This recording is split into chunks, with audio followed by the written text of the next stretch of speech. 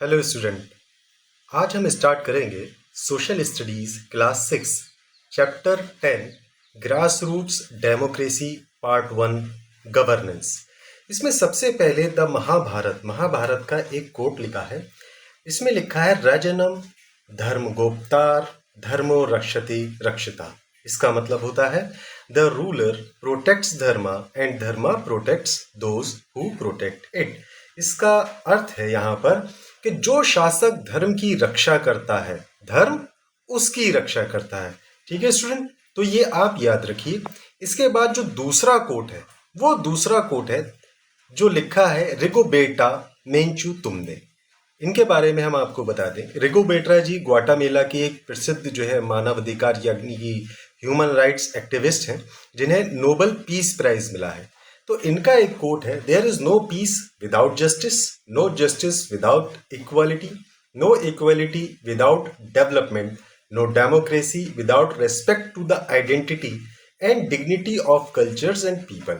तो आप देखिएगा स्टूडेंट कि इसमें कई सारे वर्ड दिए गए हैं, जैसे जस्टिस के बारे में इसमें दिया गया है, plus equality, development, democracy, identity, dignity and culture.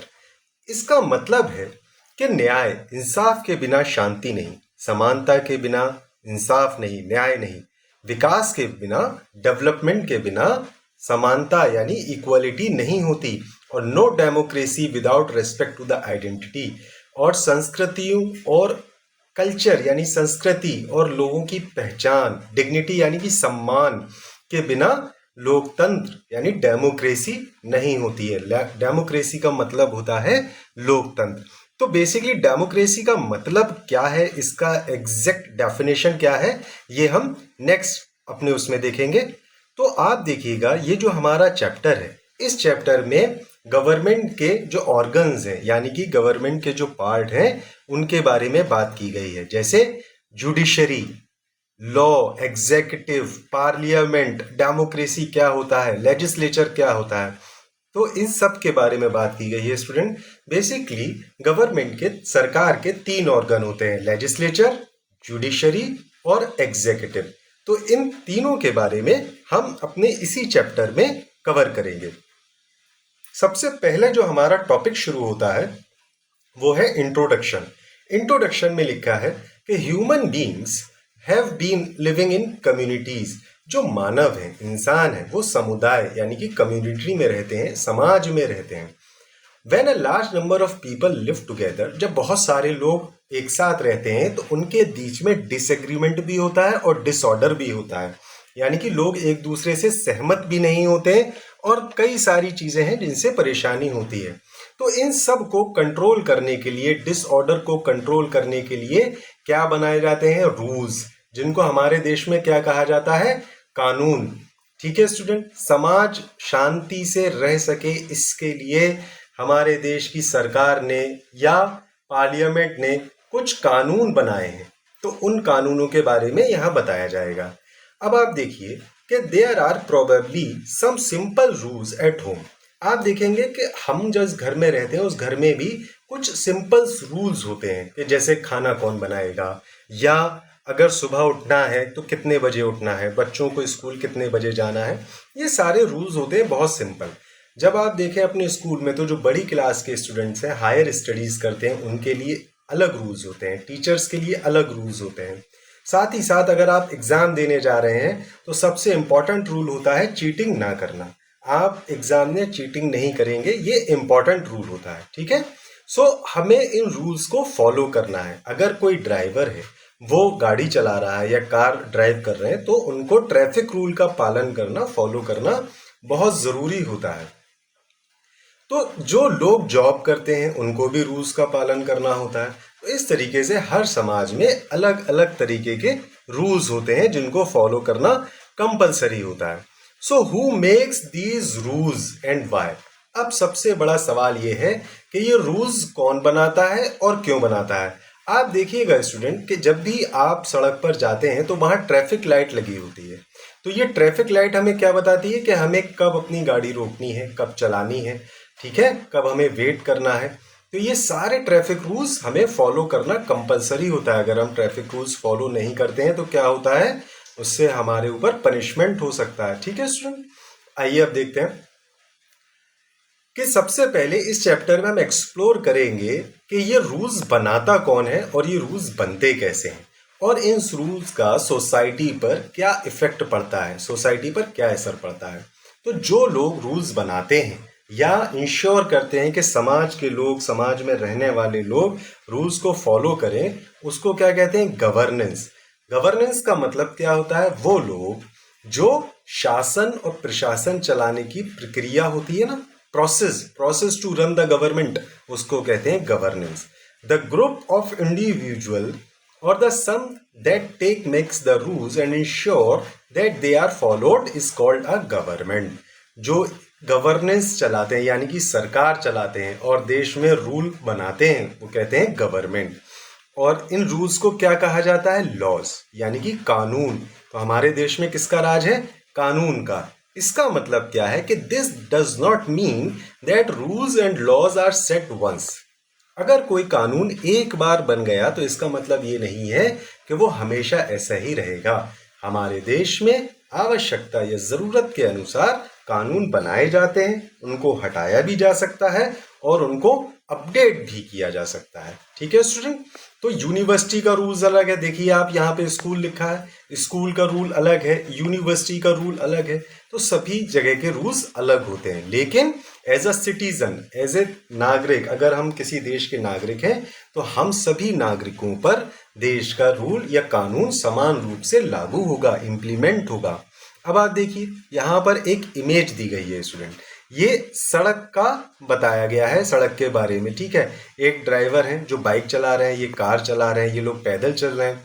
यहाँ पर रेड लाइट दी गई है, तो हमें क्या करना है, रेड लाइट को फॉलो करना है। तो जहाँ पर नियम या कानून का पालन होता है, रूल्स फॉलो किए जाते हैं, लॉज मेंटेन किए जाते हैं, वहाँ सब कुछ सही रहता है। और इस इमेज में देखिए यहाँ लॉज को मेंटेन नहीं किया, किसी ने भी कानून का पालन नहीं किया, तो यहाँ देखिए जाम लग गया। इसीलिए जब भी आप कहीं जाएं तो रूल्स को फॉलो करें। सभी के अपने अपने रूल्स होते हैं। जैसे जो हमारे आर्मी के लोग हैं, जो जवान हैं, वो हमेशा बॉर्डर पर रहते हैं, हमारी रक्षा करते हैं। ट्रेन अपनी जगह पर चलती है, अपने रूल्स के हिसाब से चलती है, किस टाइम जाना है या नहीं जाना है। डॉक्टर्स अपनी ड्यूटीज़ पूरी करते हैं, ट्रैफिक लाइट को कंट्रोल करते हैं ऑफिसर्स, टीचर्स पढ़ाते हैं, और पोस्ट ऑफिस में लोग अपने जो चिट्ठियाँ भेजते हैं, लेटर्स भेजते हैं, उनको पोस्टमैन एक जगह से दूसरी जगह डिलीवर करते हैं। तो ये सारी इमेजेस हमें बताती हैं कि रूल्स क्यों इंपॉर्टेंट होते हैं समाज के लिए। Now let's discuss about the 3 organs of government. Student, इसी चैप्टर के पिछले पेज में, लास्ट पेज में हमने पढ़ा था कि गवर्नमेंट के 3 ऑर्गन्स होते हैं, लेजिस्लेचर, एग्जीक्यूटिव और जुडिशरी। तो इस टॉपिक में हम देखेंगे कि what are the 3 organs of government. उससे पहले एक छोटी सी कहानी सुन लेते हैं। जैसे इस पूरी दुनिया में आज डिजिटल टेक्नोलॉजीज बहुत डेवलप हो गई है, जिसने सोसाइटी को ट्रांसफॉर्म कर दिया, यानी बदल दिया है पूरी तरीके से। अगर आप देखें तो आज से 30 साल पहले जब किसी इंसान को कहीं पैसे ट्रांसफर करने होते तो वो क्या करते थे, वो सबसे पहले पोस्ट ऑफिस जाते थे, फिर वहां लाइन में लगते थे, फिर एक मनी ऑर्डर का फॉर्म फिल करते थे, तब कहीं जाकर वो पैसे एक जगह से दूसरी जगह भेजे जाते थे। वहीं दूसरी तरफ अगर कोई बिजनेसमैन है और वो अपने बिजनेस के लिए एक जगह से दूसरी जगह पैसे भेजता है, तो उसको क्या करना है, बैंक जाना है, लाइन में लगना है और डिमांड ड्राफ्ट का फॉर्म फिल करना है या डिमांड ड्राफ्ट लेना है बैंक से। आपने ये वर्ड कभी नहीं सुने होंगे, मनी ऑर्डर और डिमांड ड्राफ्ट। क्यों? क्योंकि इन टुडेज वर्ल्ड आज पैसे जो है ना, वो डिजिटल मोड से तुरंत एक जगह से दूसरी जगह दुनिया के किसी भी कोने में चले जाते हैं। अब जो लोग इन पैसों को चुराने का काम करते हैं डिजिटल तरीके से, उनको क्या कहते हैं, क्रिमिनल्स। ये क्या करते हैं कि ये भोले भाले जो लोग हैं ना, उनके पैसे चुरा लेते हैं। तो सरकार ने क्या किया, सरकार ने इन क्रिमिनल्स को पकड़ने के लिए एक एजेंसी या एक संस्था बनाई जो साइबर क्राइम के तहत काम करती है। यानी कि जो लोग डिजिटल फ्रॉड करते हैं उनको साइबर क्रिमिनल कहा जाता है। तो साइबर क्रिमिनल क्या करते हैं, वो जो भोले भाले लोग हैं, समाज में रहने वाले लोग हैं, उनकी मेहनत से कमाए हुए पैसों को चुरा लेते हैं। तो फिर क्या होता है, पुलिस इनको पकड़ती है और कोर्ट में ले जाती है। कोर्ट क्या करता है कि इन लोगों को सजा देता है, पनिशमेंट देता है, और वो कई साल की जेल भी हो सकती है। तो हमें बहुत सावधान रहना चाहिए, अलर्ट रहना चाहिए जब हम पैसे एक जगह से दूसरी जगह भेजते हैं। तो ये एक एग्जाम्पल है मॉडर्न सोसाइटी का। Now let's discuss about the 3 branches और ऑर्गन्स ऑफ गवर्नमेंट। ऑर्गन्स का मतलब होता है ब्रांचेस या पार्ट आप कह सकते हैं, या भाग। ये सब पार्ट है किसके, गवर्नमेंट के। तो आइए देखते हैं। सबसे पहला पार्ट होता है लेजिस्लेचर। लेजिस्लेचर का काम क्या है? लेजिस्लेचर मतलब पार्लियामेंट। आप लोग आसान शब्दों में समझ लीजिए, लेजिस्लेचर का मतलब होता है पार्लियामेंट। पार्लियामेंट में 2 हाउस हैं, एक लोकसभा और एक राज्यसभा। ओके, और जिसको राज्यसभा को कहा जाता है अपर हाउस और लोकसभा को कहा जाता है लोअर हाउस। ठीक, तो लेजिस्लेचर में नेता लोग होते हैं और ये नेता लोग बैठते हैं और वहां देश के भले के लिए कानून बनाते हैं। अब इन नेताओं को वहां कौन भेजता है? इन नेताओं को चुनाव जब होते हैं, इलेक्शन, उनको जनता चुनती है अपने नेता को और फिर पार्लियामेंट में भेजती है। तो ये नेता देश के भले के लिए पार्लियामेंट में बैठकर कानून बनाते हैं। ठीक है। दूसरा ऑर्गन है एग्जीक्यूटिव। एग्जीक्यूटिव कौन होता है? जैसे प्रेसिडेंट है, प्राइम मिनिस्टर है, चीफ मिनिस्टर है, इनको एग्जीक्यूटिव कहा जाता है। ये क्या करते हैं? लॉ को इम्प्लीमेंट करवाते हैं, यानी लागू करवाते हैं। The minister and any agency responsible for enforcing law and order, यानी कि कानून का पालन करवाने का काम एग्जीक्यूटिव का होता है। ठीक है स्टूडेंट। थर्ड हमारे जो ऑर्गन है, आप देखिए यहां पर थर्ड ऑर्गन क्या होता है? जुडिशरी। तो judiciary is the system of court. Judiciary मतलब आसान शब्दों में अदालत। अदालत क्या करती है? अगर कोई कानून तोड़ता है, ठीक है, तो अदालत एक्शन लेती है और उसको पनिश करती है, पनिशमेंट देती है अगर कोई भी देश का कानून तोड़ता है। Sometimes it also examines whether a decision taken by the executive is right और whether law passed by the legislature is well conceived and fair to all. Judiciary का एक काम होता है कि जो गुनाहगार है, क्रिमिनल है, उनको सजा देना, और दूसरा काम होता है अगर पार्लियामेंट में बैठे हुए एग्जीक्यूटिव या हमारे नेता या रिप्रेजेंटेटिव कोई कानून बनाते हैं और वो कानून सही है तो जुडिशरी उसको चेक करेगा, और अगर गलत है तो जुडिशरी उसको कैंसिल करने के लिए कहेगा। यानी कि जो भी कानून बनाया गया है वो उस देश के हर व्यक्ति के भले की बात करता हो, समाज के किसी एक व्यक्ति के लिए नहीं, बल्कि वो कानून सभी का भला करता हो। ओके, अब आप देखिए इस इमेज में गवर्नेंस, जुडिशरी, लेजिस्लेचर, एग्जीक्यूटिव, ये 3 ऑर्गन है गवर्नेंस के। So in any good system of governance, जितनी अच्छी सरकार होगी उतने ही ये ऑर्गन्स या पार्ट एक दूसरे से अलग होंगे। कोई भी पार्ट या जुडिशरी, एग्जीक्यूटिव या लेजिस्लेचर एक दूसरे को इन्फ्लुएंस नहीं करेगा या प्रभाव नहीं डालेगा।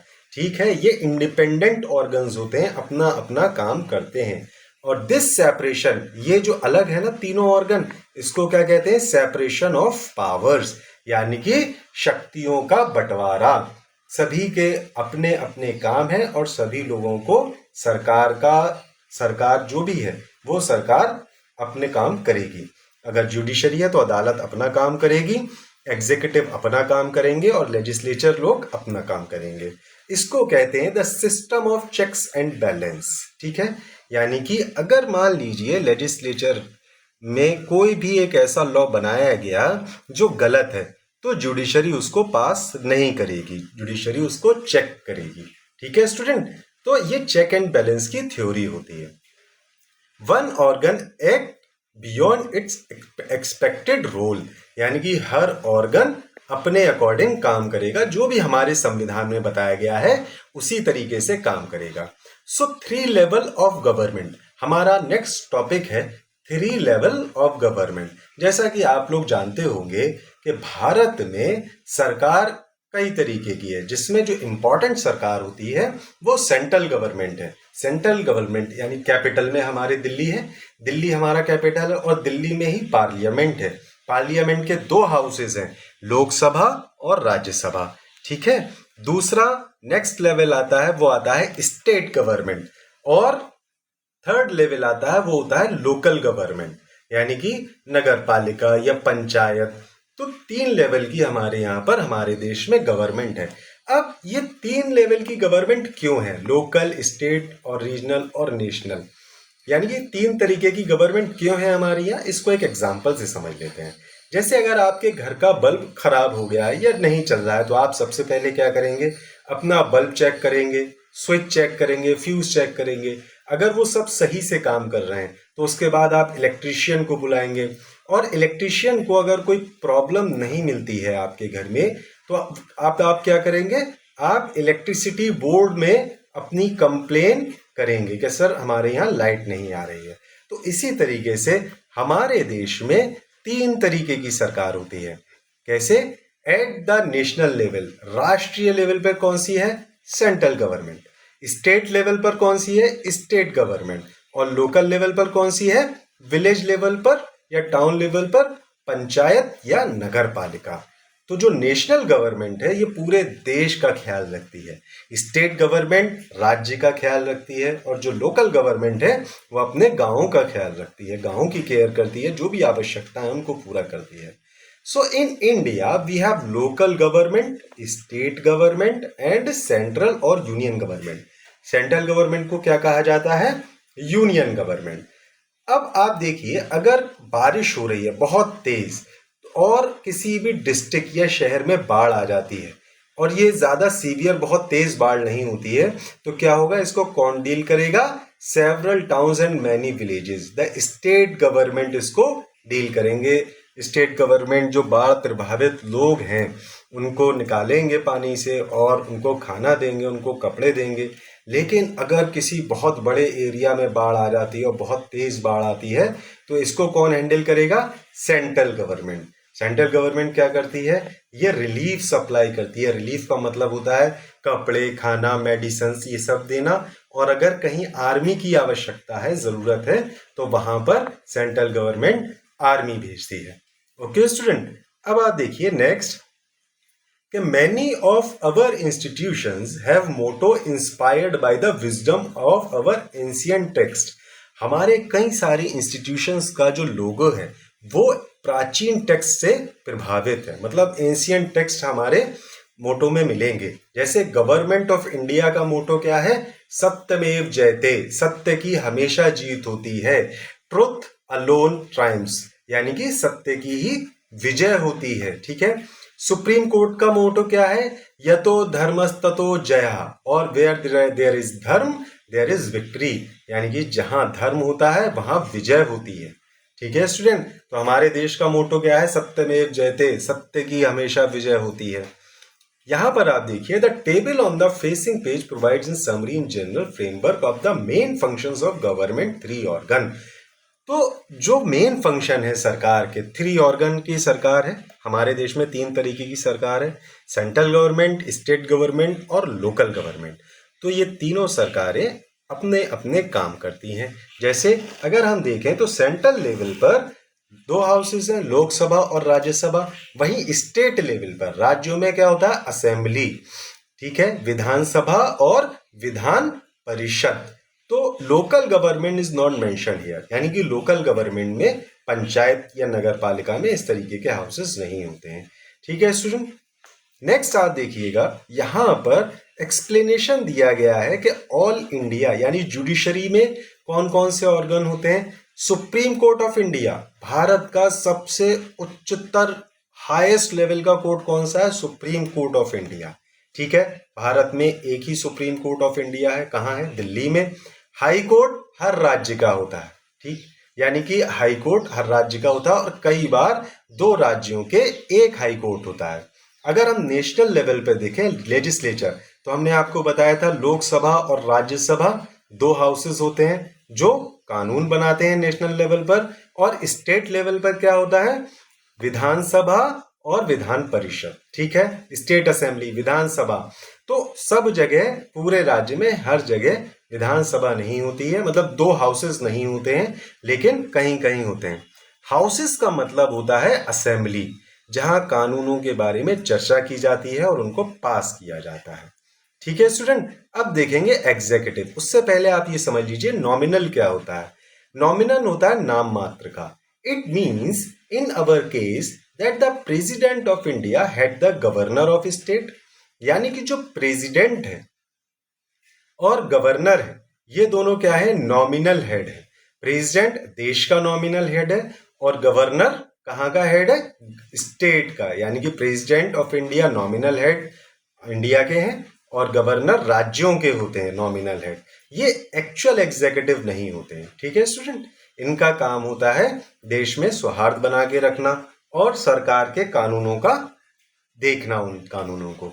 Now next thing is executive. Executive क्या होते हैं, led by the president of India. Nominal head है प्रेसिडेंट, एंड प्रेसिडेंट कौन होते हैं, प्रेसिडेंट होते हैं supreme commander of Indian armed forces. यानी कि जो प्रेसिडेंट है वो सुप्रीम कमांडर है हमारी आर्म्ड फोर्सेस के। प्राइम मिनिस्टर कौन है, एग्जीक्यूटिव हेड। यानी कि कैपिटल हमारी दिल्ली है तो वहीं पे हमारे प्रेसिडेंट साहब रहते हैं और प्रधानमंत्री जी रहते हैं।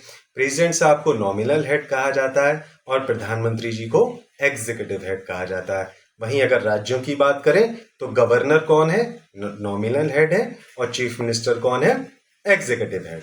अगर यही फंक्शन एंड रिस्पॉन्सिबिलिटी देखें तो नेशनल लेवल पे यानी कि सेंट्रल गवर्नमेंट के फंक्शंस क्या होते हैं, defence, foreign affairs, atomic energy, communication, currency, interest commerce, education और फॉर्मुलेशन ऑफ नेशनल पॉलिसी।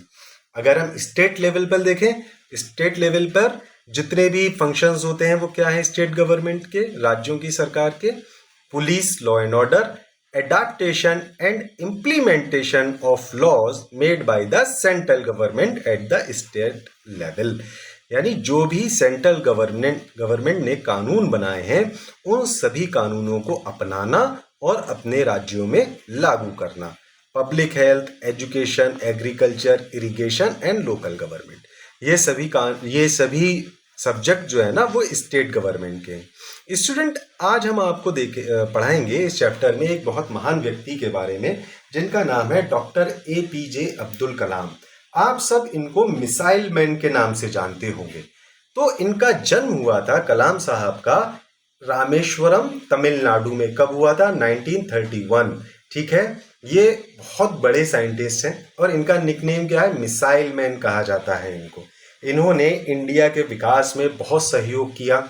इन्होंने स्पेस प्रोग्राम बनाए, मिसाइल्स बनाई, न्यूक्लियर कैपेबिलिटीज दी हमें, मतलब हमारे लिए बहुत कुछ किया, हमारे देश के विकास के लिए। डॉक्टर अब्दुल कलाम साहब 11वें प्रेसिडेंट थे, यानी 11वें राष्ट्रपति थे। कब से कब तक, 2002 से 2007 तक ये प्रेसिडेंट थे, लेकिन हमेशा बहुत ही हम्बल रहे और लोगों से जुड़े हुए रहे, खासकर यूथ से, बच्चों से, और हमेशा बच्चों को इंस्पायर करते थे एजुकेशन और इनोवेशन के लिए। इन्होंने देश के लिए बहुत सारा काम किया। ही टायरलेसली इनकरेज्ड यंग इंडियंस। इन्होंने देश के बच्चों को हमेशा इनकरेज किया क्या करने के लिए, dream big and work hard. बड़े सपने देखें और खूब मेहनत करें अपने किसी भी गोल को पाने के लिए, उसमें चीटिंग नहीं करना है। यानी कि कलाम साहब ने कहा कि खूब बड़े सपने देखो और खूब मेहनत करो ताकि आप सक्सेसफुल हो जाओ।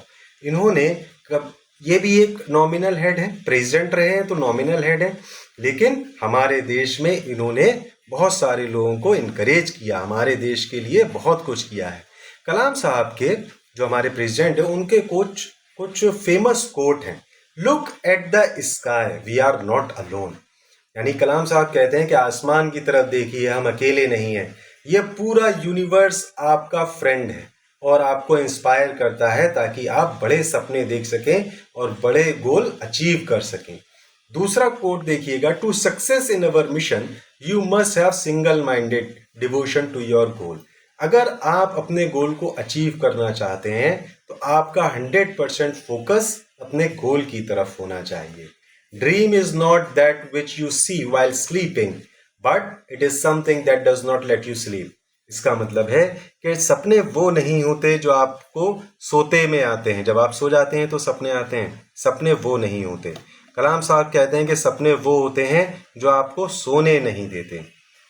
नेक्स्ट है, if four things are followed, having a great aim, acquiring knowledge, hard work and perseverance, कलाम साहब कहते हैं कि अगर आपने कोई बड़ा गोल अचीव करना है तो आपको क्या करना है, सबसे पहले नॉलेज गेन करनी है, खूब मेहनत करनी है और कंसिस्टेंट रहना है। यानी कितनी भी परेशानियां आए, आपको अपना गोल अचीव करने के लिए मेहनत करना, हार्डवर्क करना नहीं छोड़ना है। अब यहाँ पर कुछ डेफिनेशंस दी गई हैं, यानी कि ये कलाम साहब का कोट है। ये बच्चों हमेशा याद रखिएगा कि कलाम साहब ने कहा कि फेल का मतलब नाकामयाब होना नहीं है, इसका मतलब होता है फर्स्ट अटेम्प्ट इन लर्निंग। और एंड का मतलब क्या होता है, एफर्ट्स नेवर डाइज, यानी कि आप जो भी हार्ड वर्क करते हैं वो कहीं ना कहीं काम आता है। नो का मतलब क्या होता है, नेक्स्ट अपॉर्चुनिटी। तो हमेशा पॉजिटिव रहिए और अपने टारगेट को अचीव करने का प्रयास करते रहिए। नेक्स्ट टॉपिक है डेमोक्रेसी। डेमोक्रेसी क्या होता है बच्चों? डेमोक्रेसी का मतलब होता है प्रजातंत्र या लोकतंत्र। आपने कई बार नोटिस किया होगा कि हम सबसे पहले क्या करते हैं, नेता लोगों को क्या कहा जाता है, रिप्रेजेंटेटिव्स ऑफ द पीपल, यानी कि जो लोगों को रिप्रेजेंट करें। ठीक है, this is one of the foundation stones of the system of governance adopted by most countries in the world. पूरी दुनिया में ज्यादातर देशों में जो सिस्टम, गवर्नमेंट सरकार चलाने का जो सिस्टम बनाया गया है वो डेमोक्रेसी सिस्टम है, डेमोक्रेटिक सिस्टम है। डेमोक्रेसी जो शब्द है, जो वर्ड है, ये ग्रीक लैंग्वेज से आया है। इसका मतलब होता है डेमोस, डेमोस का मतलब होता है पीपल, एंड क्रेटोस इसका मतलब होता है रूल, यानी कि जनता का शासन, rule of the people. Okay student, but क्या एक्चुअली रूल लोगों के लिए होते हैं? हालांकि इसमें कई सारी चीजें जो हम इस चैप्टर में देख लेते हैं। Imagine there is a problem that your class wants to bring the attention of your school's principal. ठीक है स्टूडेंट, अगर आपकी क्लास में कोई प्रॉब्लम हो जाती है तो आप क्या करेंगे, अपने स्कूल के प्रिंसिपल से कहेंगे maybe there is something wrong with the classroom, कि क्लासरूम में ये प्रॉब्लम है। या जैसे इंफ्रास्ट्रक्चर की प्रॉब्लम है, मान लीजिए आपकी छत पे बारिश हो रही है और आपकी छत से पानी गिर रहा है स्कूल की, और आप एक प्रॉब्लम है, जैसे मान लीजिए स्टूडेंट को कहीं साइंस ट्रिप पे जाना है या फील्ड ट्रिप पे जाना है, तो उसके लिए आप अपने प्रिंसिपल से बात कर सकते हैं। तो क्या पूरी सभी क्लास के बच्चे जाएंगे प्रिंसिपल से बात करने? नहीं, इसमें यहाँ आ जाते हैं रिप्रेजेंटेटिव। तो जब भी हमें अपनी प्रिंसिपल से, अपने स्कूल के कोई बात करनी होती है तो पूरी क्लास नहीं जाती है, या तो क्लास मॉनिटर जाएंगे वहां, या क्लास के जो रिप्रेजेंटेटिव हैं वो जाएंगे और अपनी प्रॉब्लम शेयर करेंगे। ठीक है, जो भी स्पेसिफिक प्रॉब्लम है। तो इस तरीके से ये रिप्रेजेंटेटिव ऑफ द प्रिंसिपल कहलाते हैं। कौन? Class monitor. वहीं अगर हम देश की बात करें तो देश में अगर कोई भी प्रॉब्लम होती है तो क्या जनता पार्लियामेंट में जाएगी? नहीं जाएगी। तो जनता क्या करती है, अपने नेता चुनती है, वोट देकर क्या करती है जनता, रिप्रेजेंटेटिव चुनती है, नेता चुनती है। ये नेता कहाँ जाते हैं? असेंबली में जाते हैं। वहां पर ये नेता लोग जनता की जो भी परेशानियां हैं, प्रॉब्लम्स हैं, उनको रखते हैं और फिर उसको सॉल्व करते हैं। इनको क्या कहा जाता है? मेंबर्स ऑफ लेजिस्लेटिव असेंबली, यानी कि जो राज्यों के नेता होते हैं, राज्य के नेता हैं, उनको कहा जाएगा एमएलए। और जो पार्लियामेंट दिल्ली में जाकर रहते हैं, दिल्ली पार्लियामेंट में लोअर हाउस या अपर हाउस, यानी लोकसभा या राज्यसभा में जाकर बात करते हैं, वहां पे नेता चुने जाते हैं, उनको कहते हैं मेंबर ऑफ पार्लियामेंट। तो मेंबर ऑफ पार्लियामेंट कहाँ के लिए हैं? दिल्ली के लिए। और मेंबर ऑफ लेजिस्लेटिव असेंबलीज कहाँ के हैं? ये स्टेट यानी कि राज्यों के लिए हैं। ठीक है, ये वहां पर कानून बनाते हैं, कानून के बारे में चर्चा करते हैं और कन्विंस करते हैं कि इन कानूनों को जल्दी जल्दी लागू किया जाए ताकि देश के लोगों का भला हो सके। भारत एक कैसा देश है? भारत एक रिप्रेजेंटेटिव डेमोक्रेसी है, यानी कि हमारे देश में नेताओं को चुना जाता है, कोई भी अपने मन से नहीं पार्लियामेंट जा सकता। It is also the world's largest democracy. हमारे देश की जो डेमोक्रेसी है वो दुनिया की सबसे बड़ी डेमोक्रेसी है। यहाँ पर कितने वोटर्स हैं? 2024 का एक डेटा है, 2024 का डेटा है कि भारत में 970 मिलियन वोटर्स हैं। लगभग कितने? भारत में 97 करोड़ वोटर्स हैं भारत में, जो 18 साल से ऊपर हैं। एक बात याद रखिएगा स्टूडेंट, कि भारत में वोट देने की एज क्या है, 18 ईयर्स। अब आप देखिए, अगर आपको अपने स्कूल की तरफ से पिकनिक पे जाना है और दो जगह जाना है, ए और बी।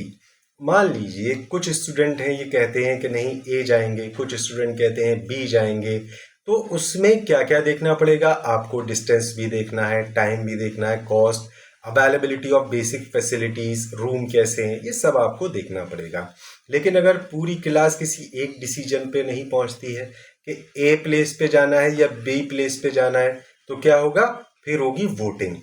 तो जितने ज्यादा लोग किसी भी एक जगह को फेवर करेंगे या वहां जाने के लिए एग्री होंगे, तो उसी जगह को चुना जाएगा। और इस चीज को क्या कहते हैं? Direct democracy. जब लोग वोट देकर किसी को चुनते हैं तो उसको क्या कहते हैं? Direct democracy. यहां पर एक टर्म और दिया गया है स्टूडेंट, ग्रास रूट डेमोक्रेसी। क्या होता है? ग्रास रूट डेमोक्रेसी क्या करता है? Encourage and participation of ordinary citizen, यानी कि कोई भी आम इंसान पार्टिसिपेट कर सकता है किसमें? इलेक्शन लड़ने के लिए। और इसके लिए इन्हें कोई बहुत बड़ा पैसे वाला नहीं होना है, यानी कि लेमैन भी, आम इंसान भी देश में इलेक्शन लड़ सकता है। तो आप देखिएगा कि हमारे देश में बहुत सारी चीजें ऐसी हैं जो देश के भले के लिए होती हैं, जैसे direct democracy, grass root democracy, 3 organs of government, legislature, executive, judiciary. Okay student, now आप देखिए यहां पर कि before we move on, no country can run without governance and government, यानी कि कोई भी देश सरकार या गवर्नमेंट प्रोसेस के बिना नहीं चल सकता। मॉडर्न गवर्नमेंट के 3 ऑर्गन्स होते हैं, लेजिस्लेटिव, एग्जीक्यूटिव एंड जुडिशरी, और ये एक साथ मिलकर काम करते हैं लेकिन एक दूसरे पर प्रभाव नहीं डालते। The Indian government function at 3 level. Bharat में 3 तरीके की सरकार होती है, सेंट्रल, नेशनल यानी कि स्टेट, राज्य, और लोकल या पंचायती राज, पंचायत सरकार या नगर पालिका सरकार। ठीक है, हमारे जो छोटे छोटे टाउन होते हैं। Democracy is the overall framework for this system. Democracy देश के लिए काम करती है। It functions through elected representative. Democracy कब आती है? जब हमारे देश के नेताओं को जनता चुनती है। ठीक है, इसीलिए अब्राहम लिंकन ने कहा था डेमोक्रेसी के बारे में कि for the people, by the people और टू द पीपल। यहां पर ये कोट याद रखिएगा, for the people, by the people और टू द पीपल, यानी कि सरकार को चुनता कौन है? जनता। सरकार के लिए, जनता के लिए काम कौन करता है? सरकार। और नेता किन में से चुने जाते हैं? आम लोगों में से, यानी कि जनता के लोग ही जनता में से अपने नेता चुन लेते हैं। ठीक है स्टूडेंट, ये चैप्टर यहाँ एंड होता है और नेक्स्ट चैप्टर हम स्टार्ट करेंगे। Thank you student.